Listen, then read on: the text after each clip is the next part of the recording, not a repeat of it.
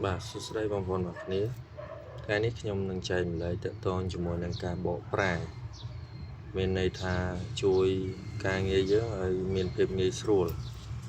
អញ្ចឹងជាធម្មតាបងប្អូនចូលទៅឆាតជាមួយគេបងប្អូនចូលមកអញ្ចឹងឧបមាថានេះជាឆាតនៅ Telegram បងប្អូនត្រូវចុចឧបមាថាយើងត្រូវឆាតទៅជនជាតិគេយើងចូលមកកម្មវិធី Translate នេះថាយើងវាយថាខ្ញុំមកដល់ខ្ញុំមកដល់យើងត្រូវចុចអញ្ចឹងហើយយើងត្រូវ copy នេះ IURI នេះយើងត្រូវ copy អាហ្នឹងយកមកដាក់កន្លែងនេះដើម្បីឆាតទៅគេតែខ្ញុំមានវិធីសាស្ត្រថ្មីមួយអត់ចាំបាច់បងប្អូនចូលទៅកន្លែង translate ញ៉ៃអញ្ចឹងឯងបងប្អូនគ្រាន់តែទៅ download នៅ app មួយដែលមានឈ្មោះថា Gboard អញ្ចឹងបងប្អូនវាយមកពាក្យថា Gboard អក្សរ G ហើយ B នេះ B G B O A O D Gboard យើងចុច search មកដោយសារថាក្នុងទូរស័ព្ទរបស់ខ្ញុំមានហើយនេះ open install រួចហើយបាទអញ្ចឹងយើងចុច down កម្មវិធីហ្នឹងមក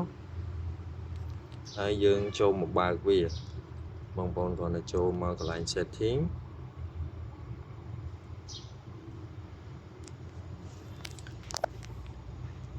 ចូលមកកន្លែង setting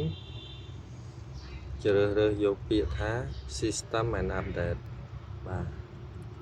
ហើយយើងចូលមកកាន់ language and input បាទយើងចូលមកដល់កន្លែងហ្នឹងយើងមកមើលកន្លែងពាក្យថា keyboard នេះកន្លែងពាក្យថា keyboard ហ្នឹងយើងមកមើលខាងក្រោមដែលវាដាក់ថា Gboard អញ្ចឹងយើងចុច select លើវាមកបាទហើយយើងដោះនេះចេញវិញដោះអាកន្លែង Microsoft Switch keyboard នេះចេញបាទយើងប្រើតា Gboard ទេបាទអញ្ចឹងយើងចូលទៅប្រើ keyboard យើងវិញអញ្ចឹងមិញយើងត្រូវចូលមកកន្លែង translate នេះហើយយើង copy ពី translate ចូលទៅកាន់ឆាតតែក្នុងពេលនេះគឺយើងអត់ចាំបាច់ copy ទេយើងគ្រាន់តែចុចកន្លែង keyboard យើងមកយើងមកមើលពាក្យកន្លែងសញ្ញាចុច4នេះ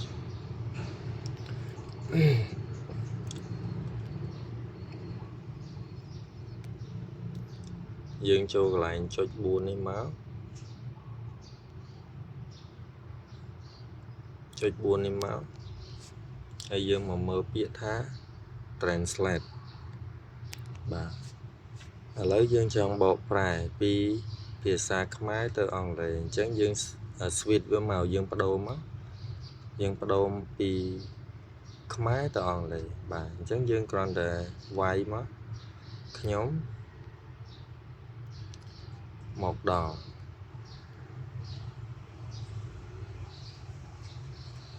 នេះ I have arrived វានឹងload ភាសាអង់គ្លេសឲ្យយើងអញ្ចឹងឧបមាថាយើងចង់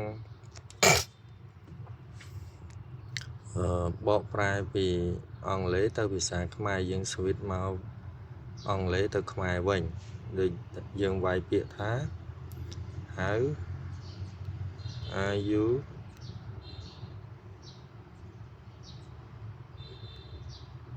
you today How are you today តើអ្នកសុខសប្បាយជាទេថ្ងៃនេះអញ្ចឹងយើង send ទៅមកអញ្ចឹងឃើញថាបើយើងប្រើកម្មវិធីមួយនេះវាមានភាពងាយស្រួលបាទអញ្ចឹងបើបងប្អូនគិតថាវីដេអូនេះមានប្រយោជន៍ជួយ share ជួយ like ម្នាក់មួយផងបាទសូមអរគុណ